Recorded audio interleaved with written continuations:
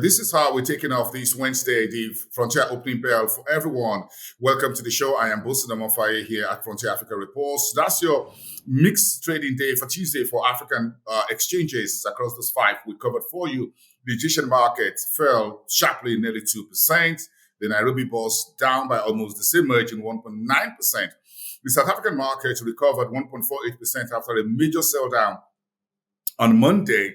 The resources, the financial index, and the all share industrial indices were all positive on Tuesday on JSE. The Nigerian market down by about 0.1% because of a sell-off continuing in the banking sector. The shares of Zenith Bank, GITCO, Access Bank, and United Capital were sold off on Tuesday. The banking index fell by 0.97%. If we look at the BRVM, that was a positive 0.5% gain, crossing a new reading on the composite index, 181.37.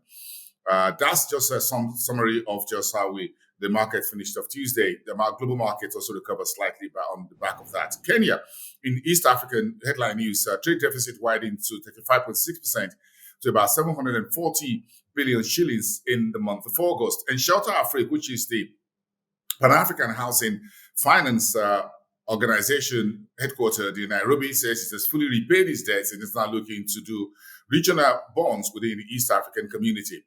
And Vodacom says it's looking to buy additional 10.9% in the Safaricom Ethiopia, which had Safaricom of Kenya and a few others in the consortium that bought that license from the Ethiopian authorities just about 2 months ago. And Ethiopia is getting a lot of problem in accessing the IMF loan. Now the window has expired because the debt rework is facing delay between Washington and Addis Ababa. And the Bank of Mauritius says it has put up a new payment platform, Malkas QR code, which will enable seamless payment across the banking and financial services. And the UK CDC Group says it's committing additional $50.9 million to sub-Saharan Africa's digital infrastructure and getting more financial inclusion and the unbanked on the African continent to get onto digital infrastructure platform. Quite a whole lot of investments they are coming through for infrastructure at the digital space on the continent from the CDC Group. Look at the West African markets. Nigeria announced yesterday evening the completion of the Eurobond. $4 billion what was raised. The order book was about $12.2 billion, beg your pardon. That of Eurobond was in 3, 10, or 7-year, 12 years, and 30-year paper, which Nigeria was able to borrow at the current market rate. The Nigeria is looking to spend the $4 billion, which was $1 billion above the initial target of $3 billion, to support its infrastructure and budget and keep the Naira steady moving forward into the rest of the financial year. In the meantime, the OECD yesterday released a new report talking about the uneven global economic recovery and lowers its growth for the global economy for this year to 5.7%.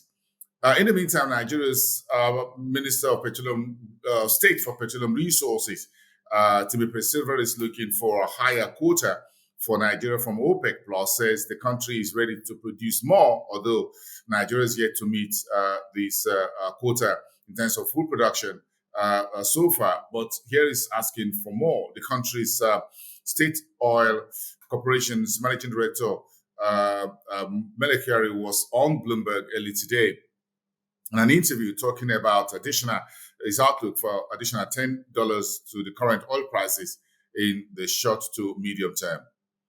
And Ella Lakes PLC is into fishery and aquaculture and agro-allied in Nigeria. But CBO Capital says it sells an additional 25 million shares of its shares in that particular company, one of the core investors, by the way. And Ghana Reinsurance says its premium income was 61.6% better for full year 2020. And banks in Togo says they've obtained a total of 610 billion CFA franc from the central bank for the French-speaking West Africa, the BCAO.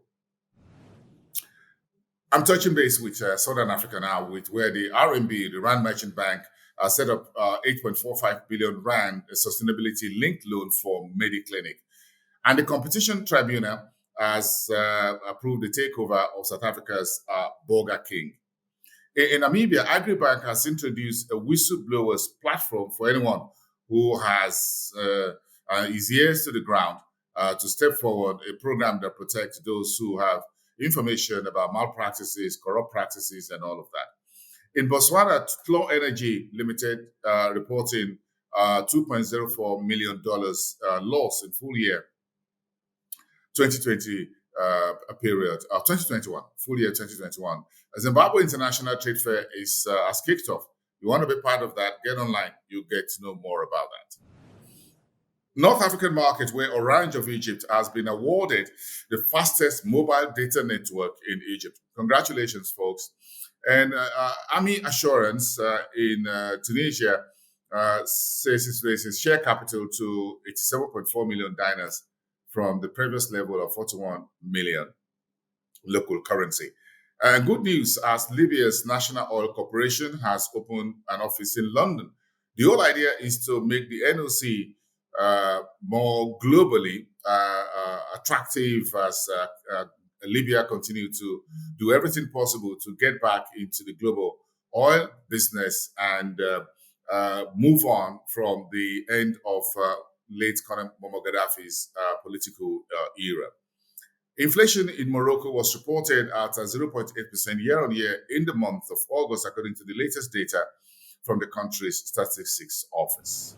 That's it for Wednesday, the 22nd of September. I am Bosun Amafai. See you back again tomorrow here on Frontier Opening Bell. Have a great day, everyone, and see you then.